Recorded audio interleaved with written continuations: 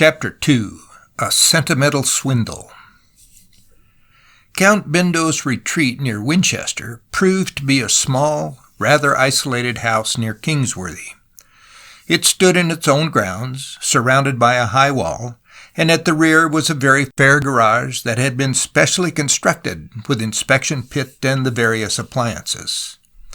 The house was rather well furnished, but the only servant was a man who turned out to be none other than the yellow-haired young fellow who had been introduced to me at the Cecil as Mr. Henderson. He no longer wore the light, fancy vest and smartly cut clothes, but was in a somewhat shabby suit of black. He smiled grimly as I recognized him, while his master said, "Got back all right, Henderson, eh?" "I arrived only 10 minutes ago, sir. All was quiet, wasn't it?" "Absolutely," replied the Count, who then went upstairs, and I saw him no more that evening. For nearly a fortnight the car remained in the garage. It now bore a different identification plate, and to kill time I idled about, wondering when we should start again. It was a strange menage. Count Bindo was a very easy-going cosmopolitan who treated both Henderson and myself as intimates, inasmuch as we ate at table with him and smoked together each evening. We were simply waiting. The papers were, of course, full of the clever theft from Gillings, and the police, it appeared, were doing their utmost to track the tricksters, but in vain. The Count, under the name Mr. Claude Fielding, seemed to be very popular in the neighborhood, though he discouraged visitors. Indeed, no one came there.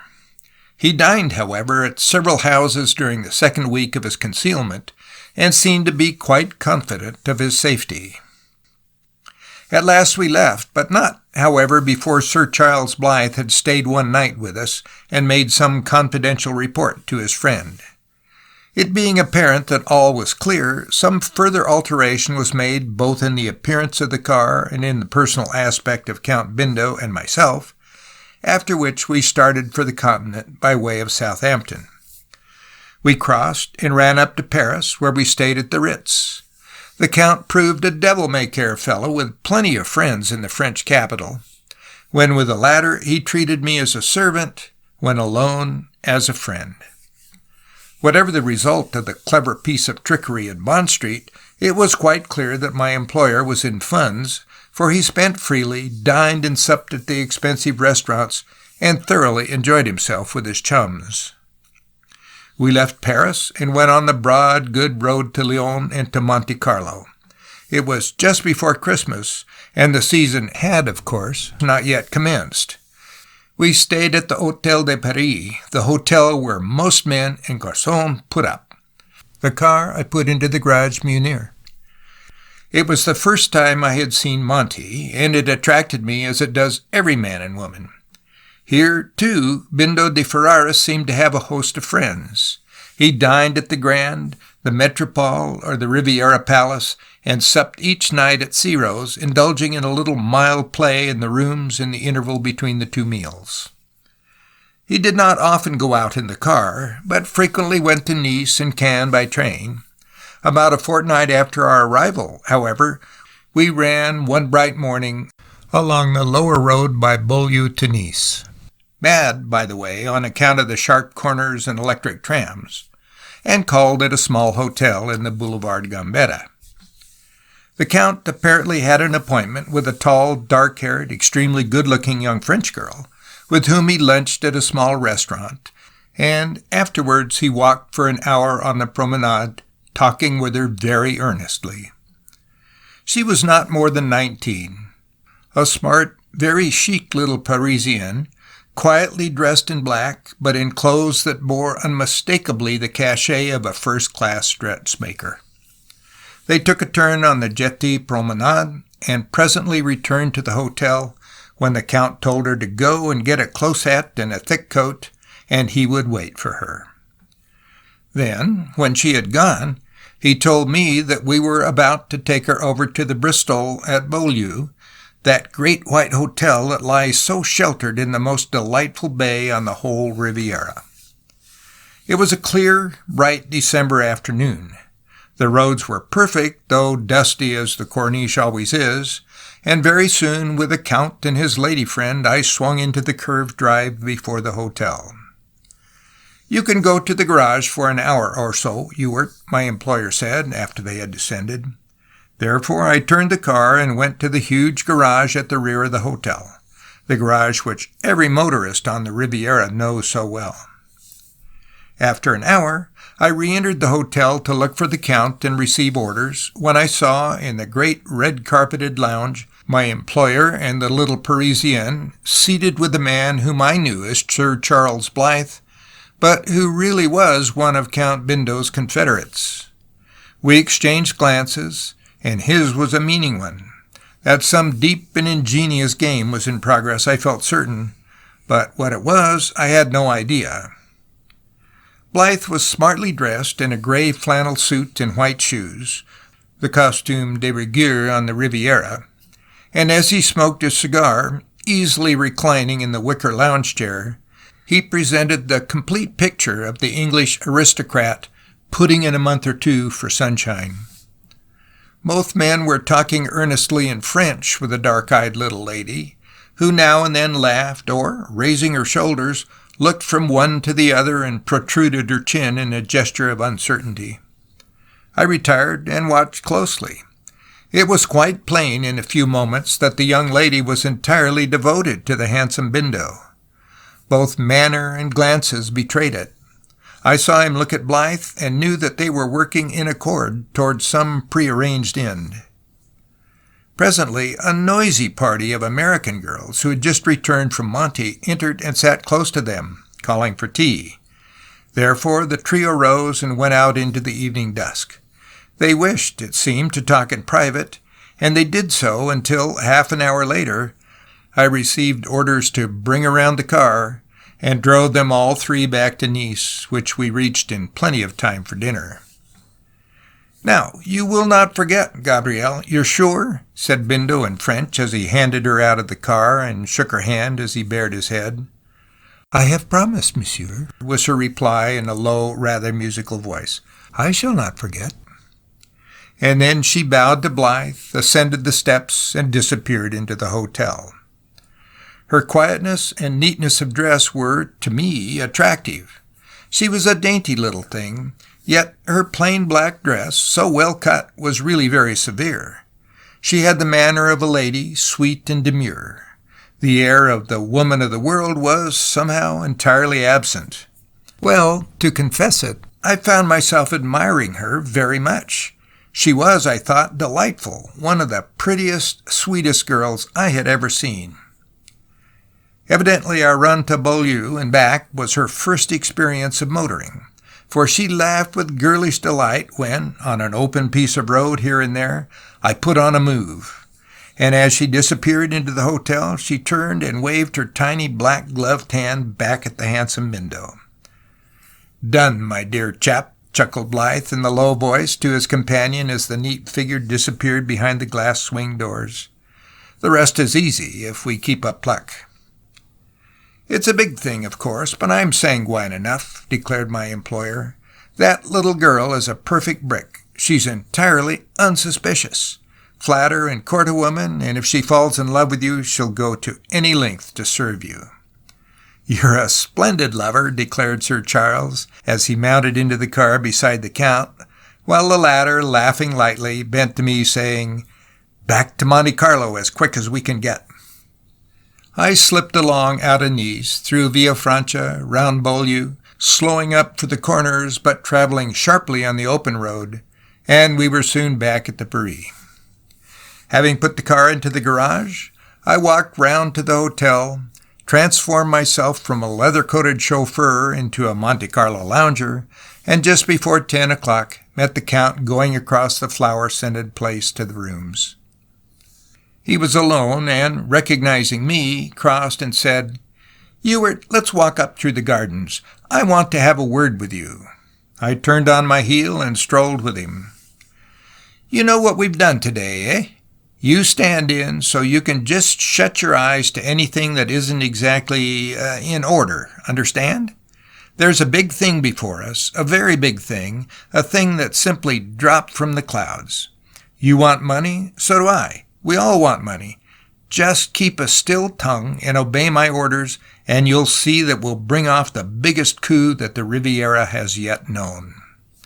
"I know how to be silent," I said, though I did not at all like the aspect of affairs. "Yes, you do. I give you credit for that. One word of this, and I go to durance vile. Silence, and the whole of us profit and can get the wherewithal to live. I often think, Ewart, that the public, as they call it, the British public, are an extraordinary people. They are so confoundedly honest. But nowadays there surely isn't any honesty in life, at least I've never found any. Why, your honest businessman who goes to church or chapel each Sunday and is a model of all the virtues is, in the city, the very man who'll drive a hard bargain, pay a starvation wage, and button his pockets against the widow. Who are your successful men in business? Why, for the most part, the men who, by dint of sharp practice or unscrupulousness, have been able to get in front of their competitors. Therefore, after all, am I very much worse than the successful city man? I live on my brains, and I'm happy to say I've lived very well up to the present." "But enough of this philosophy," laughed the easy-going young scoundrel. "I want to give you instructions. You stand in with us, Ewart. Your share of the Gilling affair is to your credit, and you'll have it before long. At present we have another little matter in hand, one which requires extremely delicate handling, but will be successful providing Mademoiselle Gabrielle doesn't change her mind. But women are so often fickle, and the morning brings prudence far too frequently. You'll see some strange happenings tomorrow or the next day. Keep your eyes and ears closed. That's all you have to do. You understand, eh?" "Perfectly," was my reply, for my curiosity was now thoroughly whetted. There was a desperate project in the air, and the spirit of adventure had now entered thoroughly into me. Early next morning I drove the Count back to Nice, where, at a quiet spot beyond the Magnan, he met the pretty Gabrielle clandestinely.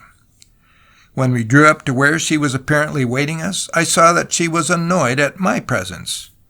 "Ewart, my chauffeur," he explained, introducing me, "will say nothing about this meeting. He knows how to be discreet." I raised my peaked motor cap as our eyes met. I thought I detected a curiously timid glance in them, for in an instant she dropped her gaze. That she was an intimate friend of the Count was shown by the instructions he gave her. "You two walk along the Promenade des Anglais, and I'll meet you at the other end, by the Hotel Suisse. I'll take the car myself on to the garage." This meant that I was to walk with her a full 3/4 of an hour along the whole of the beautiful seafront of Nice. Why, I wondered. "But, Bindo, can't you come?" "I'll meet you outside the Suisse. It's better to do that," was his answer. "Go along. You'll find Ewart a clever fellow. He'll tell you how to drive a motor car." She laughed lightly, and then, as Bindo mounted into the car again and turned away, we strolled together on the broad asphalt back toward the town. The morning was delightful, with bright sunshine and blue sea.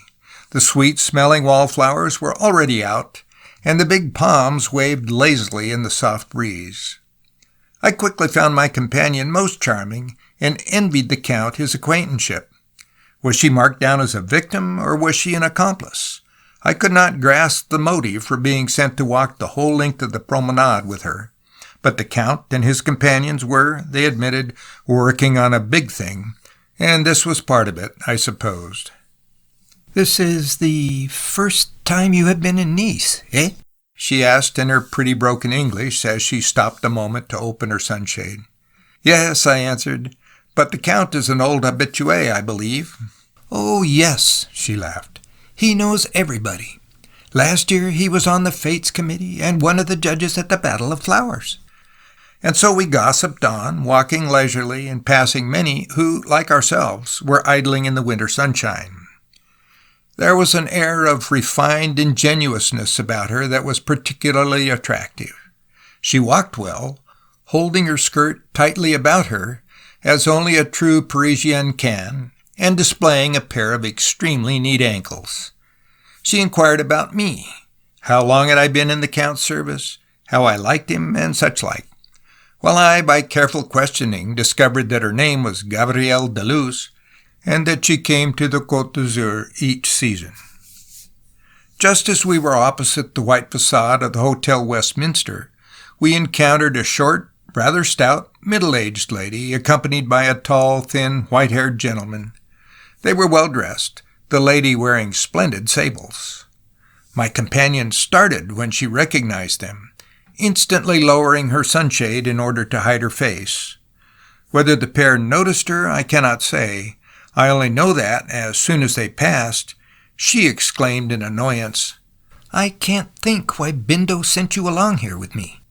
"I regret, mademoiselle, that my companionship should be distasteful to you," I replied, mystified. "No, not that, monsieur," she cried anxiously. "I do not mean that. You do not know. How can you know what I mean?" "You probably mean that you ought not to be seen walking here on the Promenade d'Anglais with a common chauffeur." "If you are a chauffeur, monsieur, you are also a gentleman," she said, looking straight into my face. "I thank mademoiselle for her high compliment," I said, bowing, for I really was in no way averse to a little mild flirtation with such a delightful companion. And yet, what, I wondered, was my role in this latest piece of complicated trickery?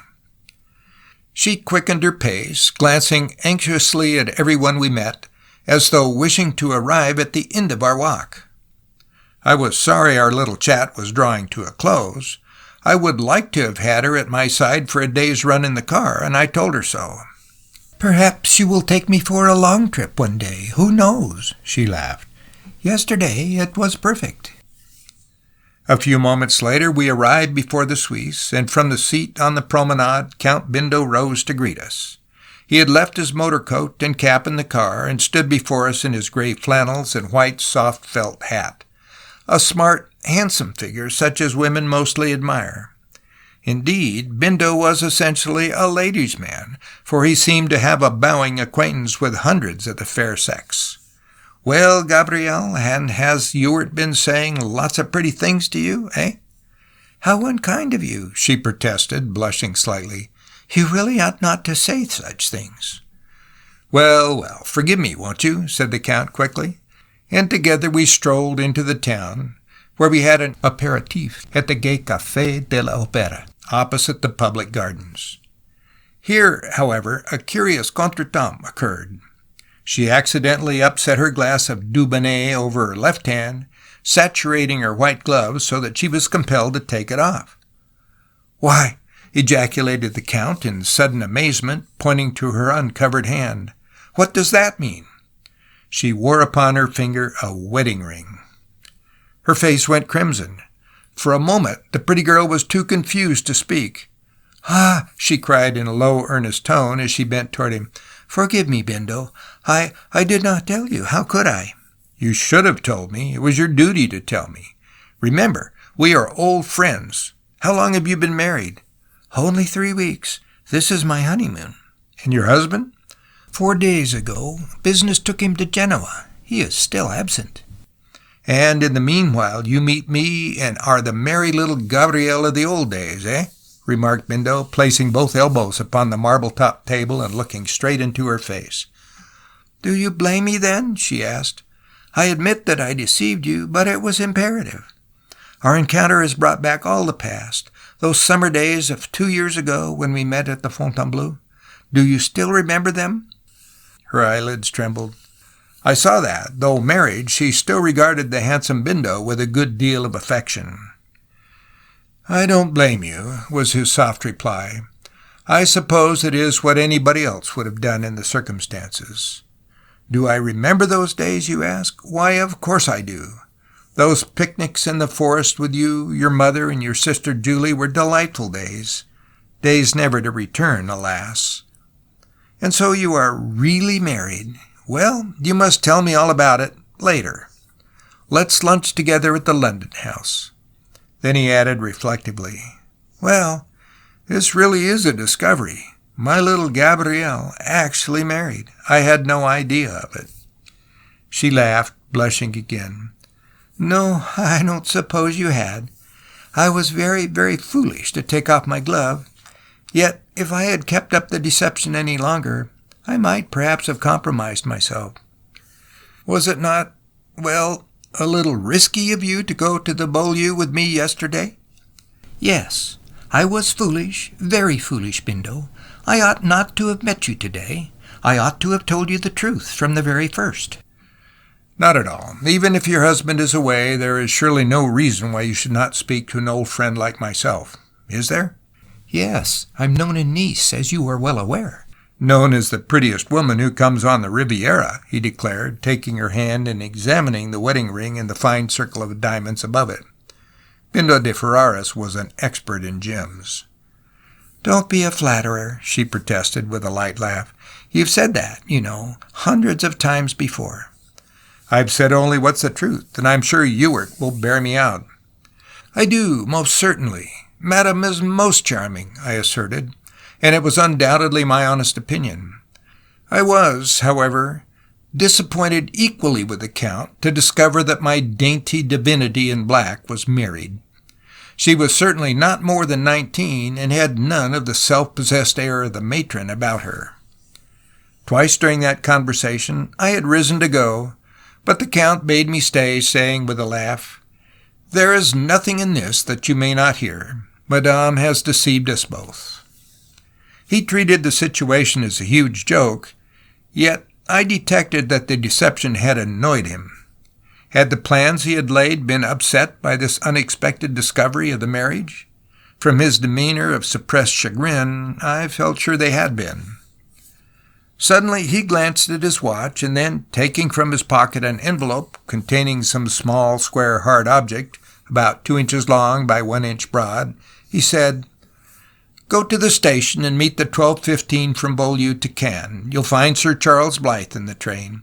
Give him this from me, and say that I'll meet him at the Beau side at Cannes at 4 o'clock. Have the car ready at 2. I'll come to the garage. You haven't much time to spare, so take a cab." I rose, raised my hat to the dark-eyed little woman, who bowed gracefully, and then, mounting into a fiacre, drove rapidly up the Avenue de la Gare. The situation was decidedly interesting. My ideal of that sunny morning had been shattered. Gabrielle of the luminous eyes was already a wife. I met the train and discovered Sir Charles looking out for me. I handed him the packet and gave him the Count's message. I noticed that he had some light baggage with him, and presumed that he was moving from Beaulieu to Cannes to the tea and tennis Beau site. Then, when the train had moved off, I wandered across to a small restaurant opposite the station and lunched alone, thinking and wondering about the dainty little girl-wife who had so completely fascinated me. That she was still in love with Bindo was quite clear, yet he, on his part, was distinctly annoyed at being deceived. At 2 o'clock, almost punctually, he entered the garage, flung his hat into the car, put on his cap, goggles, and motor coat, and without a word I drew the 40 Napier out onto the road. "To the Cannes, quick!" he snapped. "Round to the right into the Rue Magnan, then straight along. You saw Blythe?" "Yes, I gave him the packet and the message." "Good, then we haven't any time to lose. Get a move on her whenever you can." On we flew, as fast as the sharp corners would allow, until presently we slipped down the long hill into Cannes, and, passing through the town, pulled up at the Beau site, where we found Sir Charles awaiting us. The latter had changed his clothes, and was now in a smart blue serge suit, and was idly smoking a cigar as we swept round to the entrance. The two men met enthusiastically. Some words were exchanged in an undertone, and both burst out laughing. A laugh of triumph. Was it at the expense of poor little Gabrielle? I was left outside to mind the car, and waited for fully an hour and a half. The wind blew bitterly cold at sundown, as it always does on the Riviera in December, and I was glad of my big fur coat. Whatever was the subject of discussion, it was evidently a weighty one. Both men had gone to Blythe's room and were closeted there. A little after 5, Blythe came out, hailed a cab, and drove away into town, while the Count, whose appearance was so entirely changed that I scarcely knew him, sauntered slowly down the hall after his friend. Blythe had evidently brought him some fresh clothes from Monte Carlo, and he had used his room as a dressing room. He looked very much older, and the dark brown suit he now wore was out of shape and ill-fitting. His hair showed gray over the ears, and he wore gold spectacles. Instantly I saw that the adventurous scheme was still in progress, so I descended and lit the big headlights. About a dozen idlers were in the vicinity of the car, and in sight of them all he struggled into his big motor coat, and, entering, gave me orders to drive into the center of town. Then, after we got clear of the hotel, he said, "Stop at the station. We'll have to pick up Blythe." Directed by him, we were soon at the spot where Sir Charles awaited us. "I've got it," he exclaimed in a low voice as he took out a big coat, motor cap, and goggles. "Quick work, wasn't it?" "Excellent," declared the Count, and then, bending to me, added, "Round there to the left, the high road a little further on, to Marseille." "To Marseille," I echoed, surprised that we were going so far as 100-odd miles. But at that moment I saw the wide highway and turned into it, and with our big searchlights throwing a white radiance on the road, I set the car westward through St. Raphael and Les Arcs. It commenced to rain, with a biting bitter wind, and turned out a very disagreeable night, but, urged on by both men, I went forward at as quick a pace as I dared go on that road, over which I had never before traveled. At Toulon we pulled up for a drink, for by that time we were all three chilled to the bone, notwithstanding our heavy leather-lined coats. Then we set out again for Marseille, which we reached just after 1 o'clock in the morning, drawing up at the Louvet Pie, which every visitor to the capital of southern France knows so well. Here we had a good hearty meal of cold meat and bock. Prior, however, to entering Marseille, we had halted, changed our identification plate, and made certain alterations in order more thoroughly to disguise the car.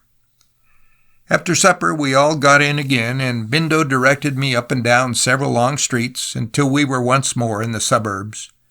In quiet, unfrequented road we pulled up, where from beneath the dark shadow of a wall a man silently approached us. I could not distinguish his face in the darkness, but from his voice I knew it was none other than Henderson, the servant from Kingsworthy. "Wait here for half an hour, then run the car back to that church I pointed out to you as we came along, the one at the top of the Cannebière. Wait for us there. We shall be perhaps an hour, perhaps a little more," said the Count, taking a stick from the car. And then the trio disappeared into the darkness. Fully an hour elapsed, until at length, along in the shadow, the three crept cautiously, each bearing a heavy bundle wrapped in black cloth, which they deposited in the car. The contents of the bundles chinked as they were placed upon the floor. What their booty was, I knew not. Next instant, however, all three were in, the door was closed, and I drew off into the dark open road straight before me, out into the driving rain. The Count, who was at my side, seemed panting and agitated. "We've brought it off all right, Ewart," he whispered, bending to me a few minutes later. "In behind there's over 20,000 pounds worth of jewelry for us to divide later on. We must get into Valence for breakfast, and thence Henderson will take the stuff away by train into Holland." "But what have you done?" I asked, puzzled. "I'll explain it in the morning when we got rid of it all." He did explain. Blythe and Henderson both left us at Valence with the booty, while Bindo and myself, in the morning sunshine, went forward at an easy pace along the Lyon road. The affair wanted just a little bit of delicate maneuvering, he explained. It was an affair of the heart, you see. We knew that the pretty little Gabrielle had married old Napier, the well-known jeweler in the Cannebière in Marseille, and that she had gone to spend her honeymoon at Nice. Unknown to either, I took a room next theirs at the hotel, and thanks to the communicating doors they have in foreign hotels, overheard her husband explain that he must go to Genoa on pressing business. He also left her his safe keys, the duplicates of those held by his manager in Marseille, with injunctions to keep them locked in her trunk. I allowed him to be absent a couple of days, and then, quite unexpectedly, I met her on the promenade, pretending, of course, that I was entirely unaware of her marriage with old Napier. In case of accident, however, it was necessary that the little woman should be compromised with somebody, and, as you were so discreet, I sent you both yesterday morning to idle along the whole length of the promenade.